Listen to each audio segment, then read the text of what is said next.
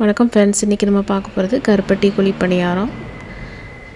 இது ஒரு ஸ்நாக்ஸாகவும் சாப்பிட்லாம், இல்லை மார்னிங் பிரேக்ஃபாஸ்ட்டாகவும் சாப்பிட்லாம். அவ்வளோ டேஸ்ட்டாக இருக்கும். எவ்வளோ ஸ்வீட்ஸ் வந்தாலும் பணியாரத்துக்கு ஈடு இணை கிடையாது. வாங்க அதை எப்படி பண்ணுறதுன்னு பார்க்கலாம். இதுக்கு ஃபஸ்ட்டு நான் அரிசி ஊற வச்சுக்கிறேன்.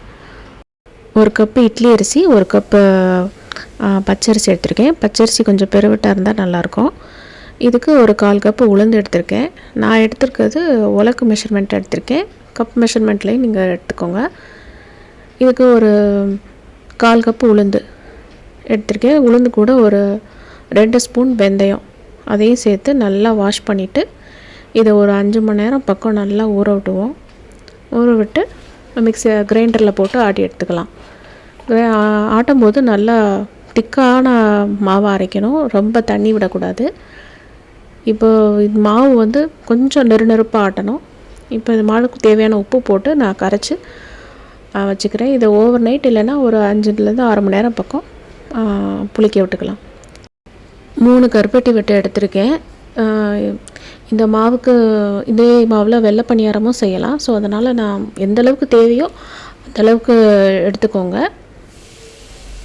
இதில் நம்ம இப்போ நல்லா சீவிட்டு நல்லா பொடியை நுணுக்கிட்டு ரொம்ப அதிகமாக தண்ணி விடாமல் ஒரு 1/2 டம்ளர் தண்ணி விட்டு நல்லா பாகுப்பதம் தேவையில்லை, நல்லா கொதி வந்தால் போதும். அந்த டைமில் ஆஃப் பண்ணி வச்சுருங்க. இப்போ மாவு நல்லா புளிச்சிருச்சு. நல்லா ஃபர்மெண்ட் ஆன அந்த மாவுலேருந்து கொஞ்சம் எடுத்து இப்போ நான் கருப்பட்டி பாகு மிக்ஸ் பண்ண போகிறேன். இதுக்கு தேவையான அளவு மாவை மட்டும் எடுத்து வச்சுக்கலாம். இப்போ இதிலே வெள்ளை பணியாரமும் செய்யலாம். ஸோ அதனால் மாவு கொஞ்சம் வச்சுருக்கேன். இப்போ இந்த மாவில் ஒரு ஸ்பூன் ஏலக்காய் பொடி அதையும் சேர்த்துக்கிட்டு இப்போ நம்ம காய்ச்சி வச்சுருந்தோம் இல்லையா கருப்பட்டி பாகு, அதை நல்லா ஃபில்ட்ரு பண்ணிக்கலாம். கல் மண் இருந்தாலும் அதை நல்லா ஃபில்ட்ரு பண்ணிக்கலாம். ஃபில்ட்ரு பண்ண இந்த கருப்பட்டி பாகை இப்போ நம்ம எடுத்து வச்சுருந்த மாவில் மிக்ஸ் பண்ண போகிறோம். இது தேவையான அளவு மட்டும் மிக்ஸ் பண்ணுங்கள். நிறையா ஊற்றிட்டிங்கன்னா ரொம்ப தண்ணி ஆயிரும். மாவு ரொம்ப தண்ணி ஆயிடுச்சுன்னா கல்லில் ஒட்டிக்கிறோம், பணியாரம் வராது சரியாக. அதனால் தேவையான அளவு ஊற்றிக்கலாம். மாவு கரைக்கிற பதம் ஒரு இட்லி மாவு பதத்துக்கு கரைச்சா போதும், கரெக்டாக இருக்கும். நல்லா எல்லா பக்கமும் படுற மாதிரி நல்லா கரைச்சி விட்டுக்கோங்க. இப்போ நல்லா ஃபைனாக கரைச்சாச்சு. இப்போ கரைச்ச மாவை பணியாரக்கல்லில் ஊற்றி எடுக்க போகிறோம். பணியாரக்கல் நல்லா ஹீட் ஆகவும் அதில் கொஞ்சம் எண்ணெய் கொஞ்சம் தாராளமாகவே விட்டுக்கோங்க. இப்போ பணியாரக்கல்லில் ரொம்ப அதிகமாக ஊற்றாமல் குளிக்கேற்ற மாதிரி ஊற்றிக்கோங்க. ஃப்ளேம் ஊற்றும் போது ஹையில் இருக்கணும், அப்புறம் குறைச்சி வச்சுருங்க. இல்லைன்னா வெளியில் கருகி உள்ளே வேகாமல் இருக்கும். அதனால் பார்த்து ஊற்றுங்க. இப்போ ஒரு பக்கம் வெந்ததும் இந்த மாதிரி குச்சி இல்லைன்னா கம்பி வச்சு திருப்பி விட்டுக்கோங்க.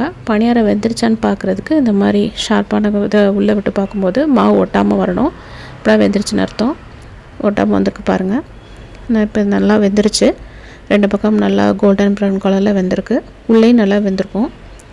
இப்போ எல்லாத்தையும் எடுத்துகிட்டு அடுத்த பேட்சை ஊற்றி எடுத்துக்கலாம். எல்லாம் ஊற்றி எடுத்தாச்சு. சுவையான கருப்பட்டி பணியாரம் ரெடி ஆயிடுச்சு. இது ரொம்ப டேஸ்ட்டாக இருக்குங்க. வீட்டில் எல்லோரும் சாப்பிட்லாம். மார்னிங் பிரேக்ஃபாஸ்ட்டாக இல்லை ஈவினிங் ஸ்நாக்ஸாக கூட செஞ்சு கொடுக்கலாம், நல்லாயிருக்கும். இப்போ நம்ம இதை கருப்பட்டி பாகில் முக்கி சாப்பிடும்போது செம்ம டேஸ்ட்டாக இருக்கும். பாருங்கள், நல்லா வெந்திருக்கு உள்ளே. இப்போ இதை நம்ம கருப்பட்டி பாகில் இப்படி முக்கி சாப்பிடும்போது சொல்லவே முடியாது, அவ்வளோ சுவையாக இருக்கும். இதை வீட்டில் ட்ரை பண்ணி பாருங்கள். எப்படி வந்துச்சுன்னு கமெண்ட் பண்ணுங்கள். மறக்காமல் சப்ஸ்கிரைப் பண்ணுங்கள்.